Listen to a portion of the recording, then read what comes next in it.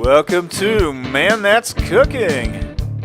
In this video, we're going to show you how to make Caprese Capicola breads. Excellent appetizer for Thanksgiving, Easter, Christmas, and Halloween. And first, we're going to start by melting 1 stick of butter. Next, we're going to use some foil to line 2 cookie sheets because that makes cleanup easier. And next we've got 2 French baguettes, and we're going to cut 1/2-inch slices and place these slices on the cookie sheets.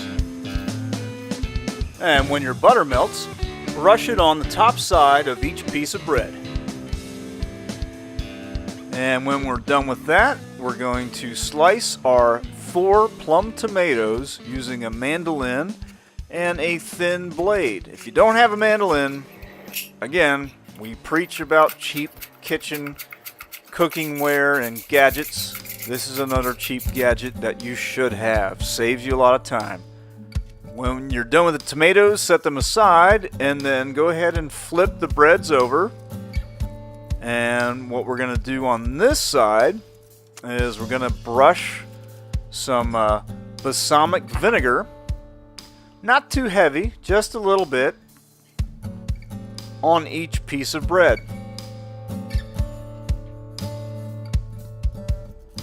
And when you finish this up, it's time to put down some Capicola. Yeah!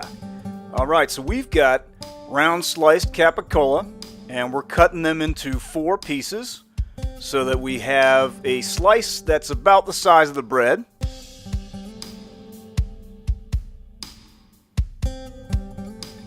As you see here, we're using kitchen scissors to do the job, and it's nice and easy. If you don't have kitchen scissors, you better buy a pair. You'll thank us later. And once you have the Capicola on every piece of bread, it's time to put down tomatoes. We're going to do 1 slice per bread.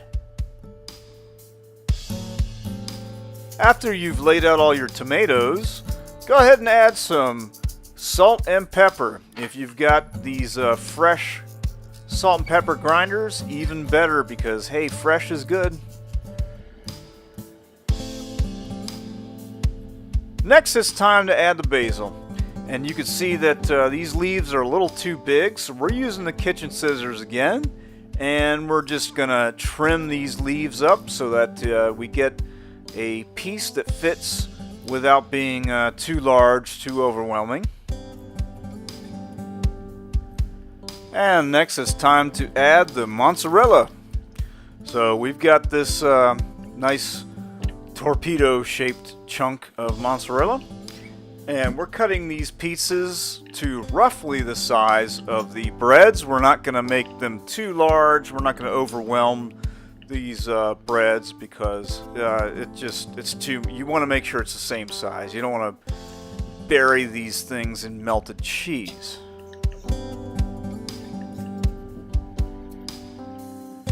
And if you were adventurous enough to buy the feta, which we hope you did, go ahead and set up your breads with feta.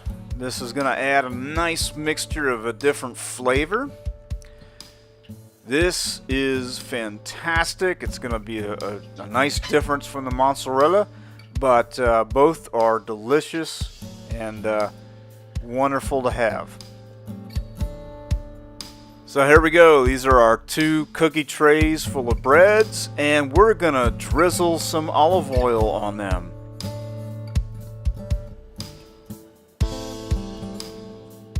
And finally, we're going to top this off with les herbes de Provence. If you don't know, just buy it and use it. You'll find out how awesome these herbs are. They're magic. Now we're going to put these trays in the oven. We've got our oven at 350, and we're going to bake this for 30 minutes. But you want to keep an eye on these depending on your oven, and you want to get the cheese melted. But what you're going to notice is that it doesn't really brown too much. The cheese just kind of it just starts to melt a little bit. Doesn't look that great. So the best thing that you could do to brown this cheese is to use the broiler. But be careful, you want to cook it for about 1 to 2 minutes. That's all it's going to take. It's time to pull it from the oven. Alright, so we've had our broiler going for about 3 to 4 minutes. Left it on a little too long while we're setting up our video cameras. But you're not going to be filming, so you're just going to be cooking. You won't have those problems. But definitely keep your eye on the broiler phase there. You don't want to overcook your cheese.